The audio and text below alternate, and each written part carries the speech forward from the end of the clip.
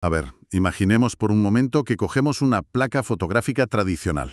Una que tiene, no sé, la imagen de una manzana. Vale. Si la rompemos en 1000 pedazos, Pues te quedas con 1000 trocitos irreconocibles, claro. Igual un poco de rojo por aquí, un trozo del tallo por allá. eso es. Pero la física de los hologramas funciona de una manera completamente distinta y francamente bastante desconcertante. Si rompemos una placa holográfica y se ilumina un solo fragmento minúsculo con un láser, ¿No se ve un trocito de la manzana? eso es, se ve la manzana entera. Cada pedacito, por ínfimo que sea, contiene la información de la totalidad. Es un concepto fascinante, la verdad, porque desafía por completo nuestra percepción instintiva de lo que significa estar roto o fragmentado. Nos acostumbra a la idea de que la parte no es menos que el todo, ¿no? Simplemente es el todo expresado en una escala diferente. Totalmente. Y hoy arrancamos esta inmersión profunda para explorar un texto que afirma que la naturaleza humana y nuestra conexión con el mundo funciona exactamente bajo esa misma arquitectura holográfica. Ujú. El material que vamos a desgranar hoy se titula Las celosías de Nasruddin, un cuento de luz filtrada para toda la humanidad. Y a ver, se presenta como un relato infantil, una fábula con personajes mágicos, pero, Pero de infantil tiene poco. madre mía, poquísimo. A medida que uno se adentra, se revela como un plan maestro para construir una auténtica catedral gótica en la propia psique. Es que es una obra arquitectónica en sí misma. La premisa del texto utiliza una metáfora central potentísima, y es que el ser humano no es una entidad aislada, sino un cristal en un inmenso vitral. Y el objetivo de este análisis nuestro es precisamente decodificar cómo los elementos del cuento actúan como pilares y contrafuertes para sostener esta idea de interconexión radical. Pues vamos a empezar a levantar esta estructura. Y claro, toda gran catedral necesita una primera piedra, un cimiento. Ojo, y aquí esa base es la duda de un niño. Sí, de Santi, un niño de 9 años. Santi está en su cuarto, observando la ventana de madera. Una ventana con una celosía clásica, ya se sabe, ese entramado de listores cruzados. Y le surge una inquietud que, fíjate, es el motor de toda filosofía. Se pregunta, ¿por qué el sol tiene que partirse en pedacitos dorados para poder entrar en la habitación? Y esa simple pregunta encierra el gran dilema existencial del individuo moderno. O sea, es la sensación crónica de fragmentación. Vemos el mundo dividido en naciones, en clases, en individuos aislados, y asumimos que la fuente originaria también se ha roto. Como si nos hubiera tocado vivir con una porción minúscula e insuficiente de la realidad, ¿verdad? Exacto. Pero entonces Santi busca a su abuela, la Gran K, y el texto la describe de una manera maravillosamente terrenal. Huele a canela y a tierra mojada. Tal cual. Y es una mujer que teje sin cesar. Y ella le da, digamos, la primera lección estructural. Le dice que el sol jamás se parte. Es la celosía la que nos engaña visualmente, pero al mismo tiempo nos enseña una verdad mayor. La luz entera cabe en cada cuadradito. Uf, la luz entera. Claro, no es una fracción de sol, es todo el sol experimentándose en ese pequeño espacio. Fíjate en cómo esto cambia el paradigma psicológico de la escasez. Si uno asume que solo posee un fragmento de luz, pues la vida se convierte en una competencia feroz por acumular más piezas. Por robarle luz al vecino, básicamente. Eso es. Pero la Granca plantea que somos fractales solares. Si la totalidad ya reside en cada uno, la búsqueda cambia. Ya no se trata de adquirir nada del exterior, sino de transparentar el propio cristal para que esa totalidad se manifieste. Y para poner esto a prueba, Santi hace lo que haría cualquier buscador inquieto. Corre al mercado a buscar al gran N, al mismísimo Nasruddin. Que está vendiendo espejitos en un puesto, una imagen muy potente. Muy potente. Santi le lanza la gran pregunta. Le dice algo así como, ¿es verdad que el sol entero cabe en un pedacito? Y Nasruddin le responde con una agudeza letal.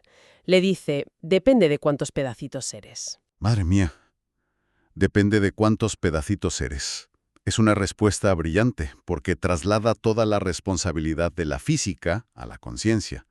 Nasruddin le está diciendo que la capacidad de reflejar la totalidad es directamente proporcional a la integridad interna. Totalmente. Si uno vive fragmentado por dentro, dividido entre lo que piensa, lo que dice y lo que hace, El espejo interior está roto. exacto, está roto, y la luz se dispersa. Ahora, si aceptamos esta premisa de que somos cristales enteros atravesados por la La siguiente pregunta lógica en el diseño de esta catedral es, bueno, ¿cómo se mueve esa energía dentro de nosotros? Y aquí el cuento hace una transición magistral hacia el mundo de la anatomía interior. Introduce a Yemita, una mariposa dorada pequeñísima que plantea un acertijo. Pregunta por algo que da calor pero no quema. Y la respuesta es el amor puro, que se manifiesta a través de 4 soles internos. Y la ubicación de estos soles no tiene nada de aleatoria. El texto mapea una geografía somática muy específica. A ver, cuéntanos. Pues sitúa el primer sol en el corazón, asociado a la capacidad de dar sin pedir. El segundo en el entrecejo, la visión de lo invisible. El tercero, y quizá el más contraintuitivo para nuestra cultura, está en el vientre. Ahí es donde residen la verdad, la belleza y la bondad. Y el cuarto en la boca, encargado de emitir palabras que bendicen o construyen. Oye, me quiero detener un segundo en ese tercer sol, el del vientre. Normalmente cuando se habla de la verdad con mayúsculas, uno se imagina la mente, el cerebro analítico, la lógica matemática. Pero el cuento la sitúa en las entrañas. Sí. ¿Por qué anclar conceptos tan elevados como la verdad y la belleza en el estómago? Porque aborda una realidad neurobiológica y psicológica profundísima. O sea, hoy sabemos que el sistema nervioso entérico, la inmensa red neuronal de nuestro intestino, procesa información vital de forma intuitiva muchísimo antes de que el cerebro racional formule siquiera un pensamiento. El famoso instinto. Tal cual. El texto sugiere que la verdad no es algo que se deduce con una fórmula matemática, es una resonancia corporal. Cuando algo es profundamente verdadero, hermoso o bueno, el cuerpo lo reconoce físicamente en su centro de gravedad. Es una certeza visceral, no un argumento intelectual. Ya. Y esa conexión con el cuerpo orgánico nos lleva al siguiente elemento dinámico del cuento, que es el agua. Porque claro, para que un cuerpo vital funcione, necesita fluidos. Y entra en escena un personaje peculiar, Iamsai. El pez de agua viva. Exacto. Un pez que tiene la particularidad de nadar siempre hacia arriba, hacia la fuente, nunca hacia el fondo. Y junto a otra gran maestra, la gran Gale, llevan a Santi a ver un estanque en medio del bosque. Pero es un estanque oscuro, denso, estancado. Una imagen desoladora, ¿eh? Sobre todo en medio de un cuento que hasta ahora estaba lleno de luz. Totalmente. Le explican que así se vuelve el interior de una persona cuando guarda resentimiento o se aferra al miedo. El agua que no fluye se corrompe. Y, a ver, siguiendo un poco con las analogías anatómicas de antes, Dime. si pensamos en el sistema circulatorio, que lleva oxígeno para mantener vivas las células, esta agua de vida parece llevar emociones. Podríamos imaginar que actos como guardarse un secreto por miedo o no perdonar funcionan literalmente como un colesterol emocional que tapona las arterias del alma y pudre nuestra propia agua. Tiene sentido verlo así. Es una analogía visualmente muy potente. Pero, fíjate, hay que llevarla un paso más allá, para entender la gravedad real de lo que propone el texto. A ver. El colesterol simplemente bloquea mecánicamente un tubo. Vale. Sin embargo, el agua estancada del resentimiento, que menciona la Gran Gluz, no es solo un bloqueo pasivo, es un agente de putrefacción activo. O sea que empeora con el tiempo. Exacto. Cuando el agua se estanca, genera un ecosistema tóxico, que envenena todo a su alrededor. No es que el flujo se detenga, es que la naturaleza misma de la emoción se vuelve corrosiva. Claro, contamina todo el terreno. Eso es. Y la solución que aporta Ishamsai es reveladora. Él da un simple coletazo en el agua, un movimiento brusco, y de pronto de ese fondo oscuro brotan flores amarillas. Y aquí la Gran Gluz suelta una de las frases más revolucionarias de todo el relato. Dice, la bondad no es un sentimiento, es una acción técnica, sabia y alegre. Acción técnica. Uf, esa combinación de palabras rompe todos los esquemas románticos de lo que es ser bueno. Porque desarma por completo la idea de que ser bueno es simplemente tener una disposición pasiva, amable. La bondad requiere ejecución. Exige la misma precisión técnica que colocar la piedra angular en una bóveda gótica. Total. Un perdón no es un suspiro al viento, es una reestructuración interna consciente. Un acto de ayuda requiere saber exactamente qué necesita el otro y cómo proporcionarlo sin invadirle. El coletazo del pez es la voluntad en acción. Es lo que rompe verdaderamente la inercia del agua podrida. Acción técnica. Me encanta. Y hablando de inercias y de elementos corrosivos, para que cualquier vitral gótico brille maravillosamente con todos esos colores, necesita imperativamente un contraste. Requiere el plomo. El armazón. Eso es, ese metal oscuro, denso y pesado que enmarca y separa cada pedacito de cristal. Sin esa sombra, la luz no tiene un contorno que la defina. Y el relato no rehúye esta oscuridad estructural. De hecho, la enfrenta de frente a través del regreso de Nasruddin. Y qué regreso, madre mía. Llega montado en su burro. En punto cero, sí. Llega tarde al rescate, con el turbante medio caído y empuñando una espada que, ojo a esto, no es de acero, sino de madera brillante. Y trae consigo un pergamino que detalla los 12 dragones internos. Estos dragones representan nuestro propio plomo, la sombra que amenaza con oscurecer la celosía. Y los describe con una precisión psicológica apabullante, las cosas como son. Los nombres son un retrato clínico. Menciona a la conciencia rastrera, a el desagradecido, a la garrapata que claramente alude a ese vampirismo emocional que a veces, ejercemos sobre los demás. Todos lo hemos hecho alguna vez. Claro. Pero el que señala como el jefe supremo de todos, el peor, es el olvido de sí. Olvidar la propia naturaleza de fractal folar. Y para enseñar a Santi a luchar contra todo esto, Nasruddin no inicia una batalla campal a lo Hollywood. Traza un inmenso tablero de ajedrez viviente en la tierra y empareja a cada dragón con su virtud opuesta. Pone la impaciencia en una casilla y la paciencia en la de enfrente. El olvido de sí frente a la memoria del ser. Y aquí es donde necesito hacer de abogado del diablo, porque esto plantea un problema muy real y cotidiano. A ver, si resulta que el ser humano alberga en su interior 12 dragones monstruosos, librar esta partida de ajedrez todos los puñeteros días parece agotador. Agotador es poco. Si Nasruddin es un maestro tan inmenso, tan sabio, ¿por qué su espada es de madera? ¿Por qué no le da a Santi una espada de acero real, forjada al rojo vivo, para aniquilar al olvido de sí o a el impaciente de un solo tajo y terminar con el problema para siempre? Es la duda lógica de cualquier mente enfocada en la eficiencia, claro, pero revela una incomprensión de cómo funciona realmente la psique. A ver, Nasruddin no usa acero porque el acero corta, mutila y separa. Y en la psicología profunda, lo que Carl Jung llamaría la integración de la sombra, uno no puede amputar una parte de sí mismo. Ya. Los dragones no son invasores alienígenas, son mecanismos de defensa, son partes del ecosistema interior que, han crecido distorsionadas por el miedo o por el dolor a lo largo de la vida. Es decir, si intento matar al dragón de la impaciencia, me estoy apuñalando a mí mismo. Exactamente. La espada de madera no está diseñada para asesinar. Es un símbolo de consciencia, de toque, de estar presente. Nasruddin plantea el ajedrez no como un campo de exterminio, sino como un mapa de autoconocimiento brutal. El objetivo del juego no es hacerle un jaque mate definitivo al impaciente, para que no vuelva a aparecer jamás, porque va a aparecer. Claro que sí. El objetivo es que cuando el dragón hable o intente tomar el control, la consciencia sepa en qué casilla está pisando. La verdadera victoria es observar al dragón, reconocerlo por su nombre y decidir conscientemente mover la pieza hacia la virtud opuesta. El dragón pierde todo su poder cuando deja de operar desde el punto ciego. Buf, qué interesante.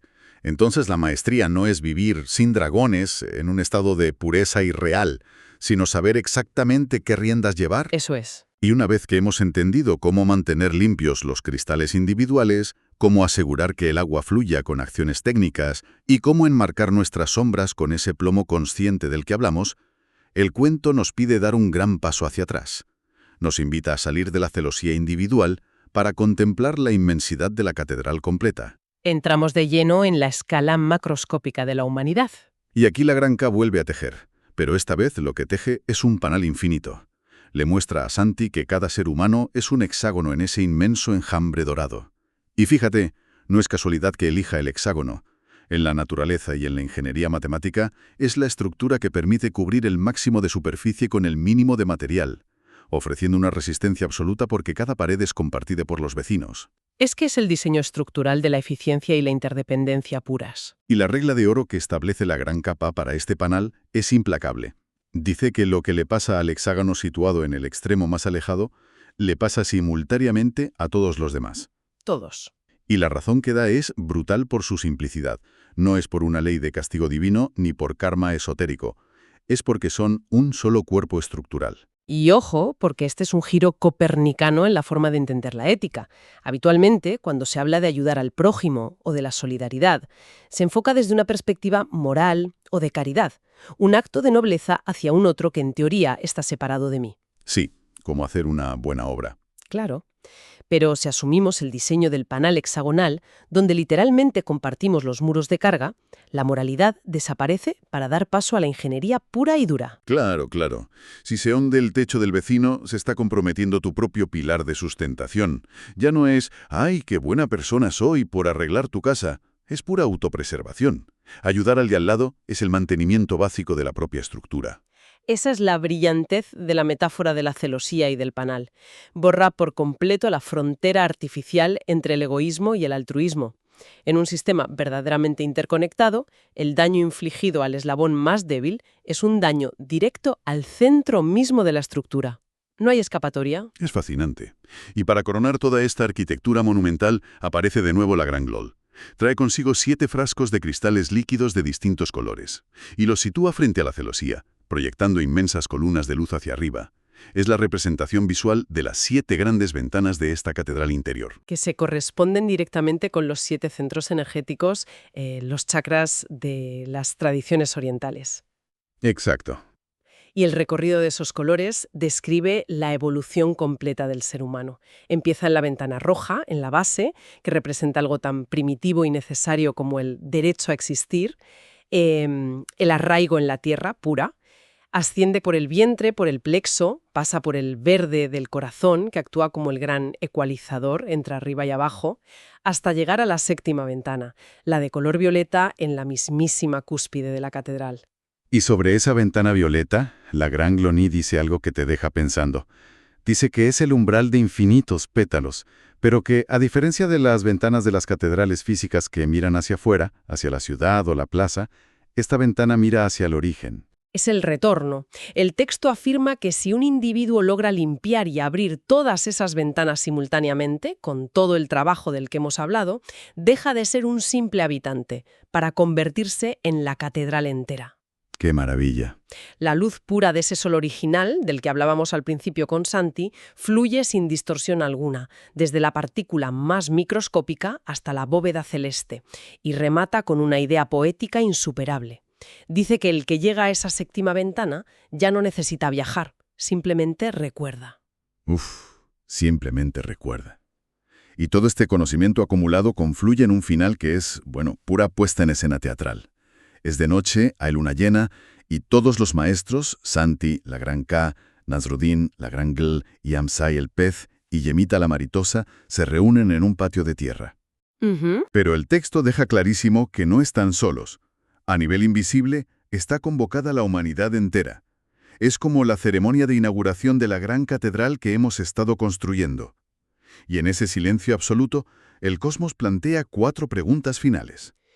4 enigmas que, ojo, no aceptan respuestas teóricas, solo acciones tangibles, acción técnica. La primera es, ¿cómo se demuestra que el sol calienta por dentro?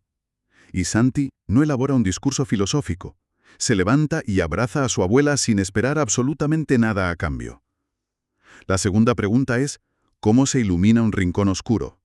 Y ahí, la Gran Gel levanta su frasco y demuestra que la luz entra pronunciando la palabra exacta y necesaria en el momento justo. La tercera pregunta inquiere sobre el movimiento.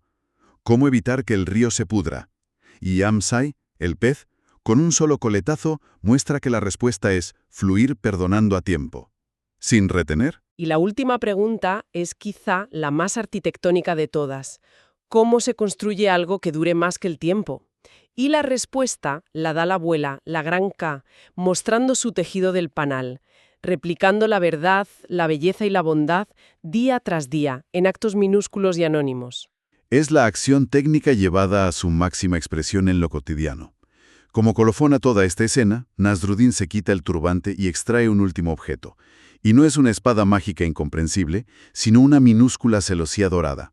Se le entrega a Santi como una especie de recordatorio de bolsillo. Le dice que cuando la oscuridad amenace o los dragones internos hagan mucho ruido, mire a través de ella, para recordar que la luz inmensa siempre cabe en la porción más pequeña.